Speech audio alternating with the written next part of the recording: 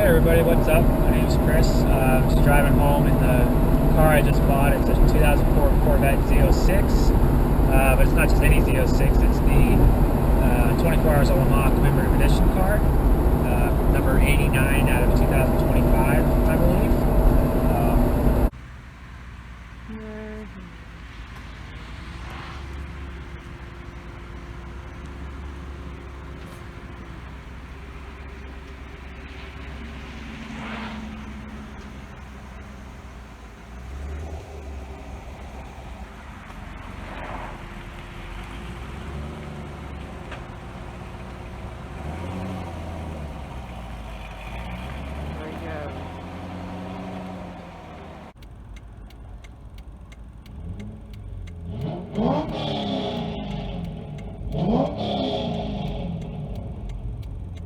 So yeah, I'm just cruising home.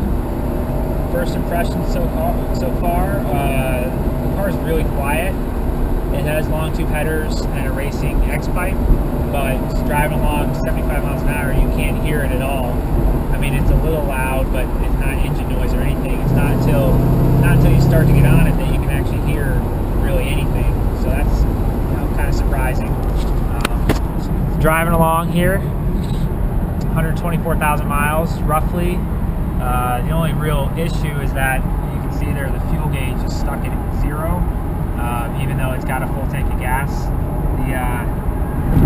The seller told me that it's kind of common for the fuel sensors to get gummed up, so it's got some fuel system cleaner in it, but it doesn't seem like it's cleaned anything off yet. Other than that, everyth's good, nice and peachy. The car, it's pretty much stock except for the headers and the X-pipe, and it has a little tune and a cold air intake, the short shifter, and it's got different dampers. I guess he said it was the dampers off the SCCA T1 road racing class. It's got those spec dampers. I don't really know that much about T1. I race SCCA myself. I race Formula Vee. I've always liked the T1 and T2 classes, but I don't really know what their rules are or anything like that. But supposedly this car has the dampers that they run in the T1 class, so that's kind of cool, I thought. Yeah, other than that, we're just driving home. My wife's behind me. She brought me out here, so thanks, Katie. So just taking it easy. I don't want to go too fast with her behind me, plus I don't have a temporary tags or anything on the car. It's just a borrowed license plate, so nice and slow, and then we get home, maybe we'll go a little faster. It's also got 5-point harnesses and a fire extinguisher and some other stuff like that, which is pretty cool. I do plan on doing track days and stuff with it. My Formula Vee, while it's an inexpensive class to race, it is not difficult to get to the track, but there's only certain weekends that they're allowed to go on, and those weekends are 3-day events. Most of the time you leave on Thursday night, you don't get home until late Sunday. It's just a big headache, and there's a 120-point checklist to get the car ready, and the trailer, and just all this stuff. So I wanted a car like this that would be fun, that I could just go take it out and drive it whenever I feel like it. Maybe I could get back into autocross. I did autocross when I was in college. Maybe that's something I can start doing again. And obviously take it to the track. I live really close to Nelson Ledges, and pretty close to Beaver Run.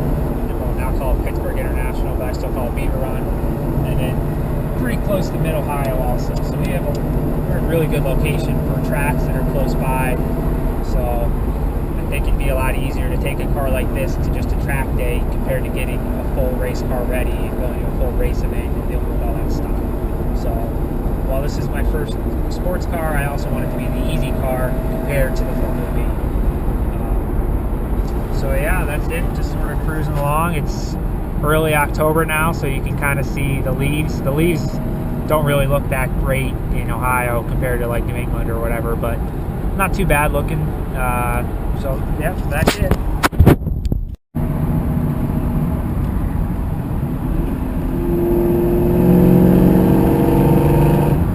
Start to hear there, it gets a little loud once you start to get on it. But I don't want to go that fast because my wife will yell at me. She's right behind me if I go too fast.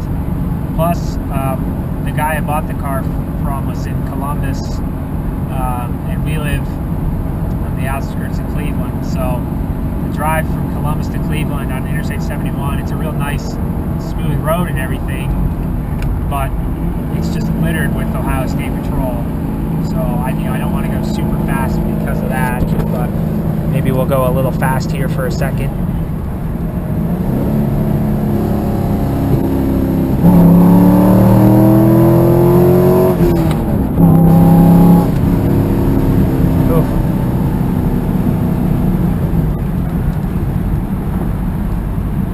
And then it's just, once you get off the gas and just cruise at 80 miles an hour, you can't even hear the car.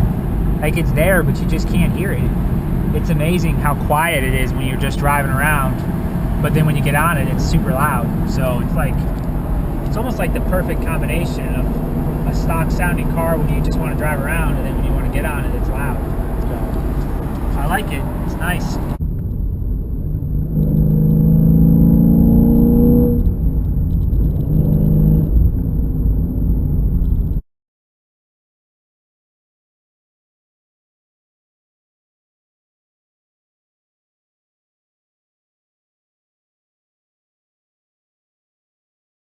Hey guys, how's it going? So I got the car home now. You saw a little bit of what the trip home was. Took a couple videos and stuff, and as expected, it went really smoothly. It was only a 2.5 hour drive. I wasn't really expecting any issues, and so just took it easy, got it home on my borrowed license plate off my SUV, so no worries there. So I figured I would just kind of wrap up the video a little bit and summarize. So you can see the car here in the garage. I'll show you my garage also. It's just a normal 2-car garage. It's nothing special, but we got it home now, all safe and sound. And then here's the Formula Vee next to it. I'm getting this thing ready. I have a race, not this coming weekend, but the weekend after at Beaver Run, which is the last race of the year for the Challenge Cup Series. So I'm just finishing up getting this thing ready. It's basically done. I just have to do the alignment and look it over, make sure nothing's leaking, and check the front end to make sure nothing's loosened up and stuff like that. So not a whole lot. But basically, just to summarize, so far I'm really, really happy with the car. I really like it. I've always wanted a C5 Z06. I've always wanted the C5 Z06 Commemorative Edition. I'm a huge race fan, obviously you can see with that car, but also a huge IMSA fan. So I think it's really cool that Chevy built these things as kind of the last hurrah for the C5 Z06 and the C5 for that matter, to celebrate them doing well at Le Mans. As you can see here, 2-time GTS winner at Le Mans. They won in 2002 and 2003, and then in 2004 they built this car to commemorate those 2 wins, and the C5R that year was the same color scheme. So I think that's pretty cool. I really like it. I'm glad that I went for a Corvette. I kind of never thought I'd have a Corvette as a first sports car, but I guess here I am with it. The other things I was looking at BMW M3s, which I really, really like those cars, but they have issues like the subframes.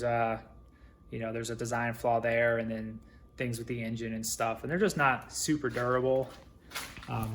So as I was reading about that and researching a car I liked and just reading all this stuff, I just thought, there's got to be something that's maybe a little bit more durable. So that's how I ended up just looking at C5s. I've read some stuff where a lot of magazines are saying these are really good performance bargains at the moment. And yeah, pretty much that. They're fast, they're cheap, they're durable. So that's kind of exactly what I'm looking for.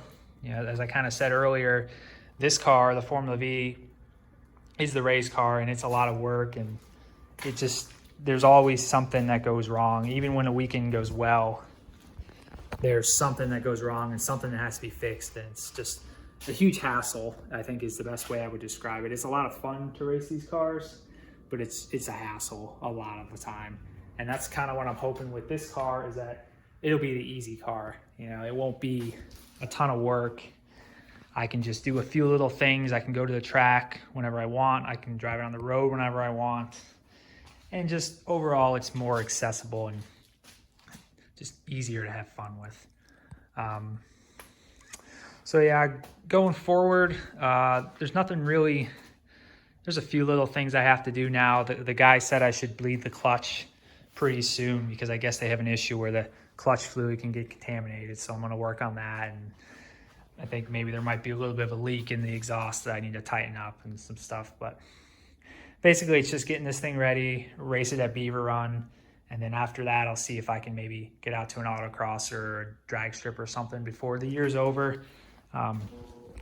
Pretty soon here, unfortunately, it's going to get cold and they're going to start salting the roads. So I'll only be able to enjoy this car for like a few weeks or a month or so. And then it'll be too cold and the roads will be salty and then they'll just have to sit for the winter.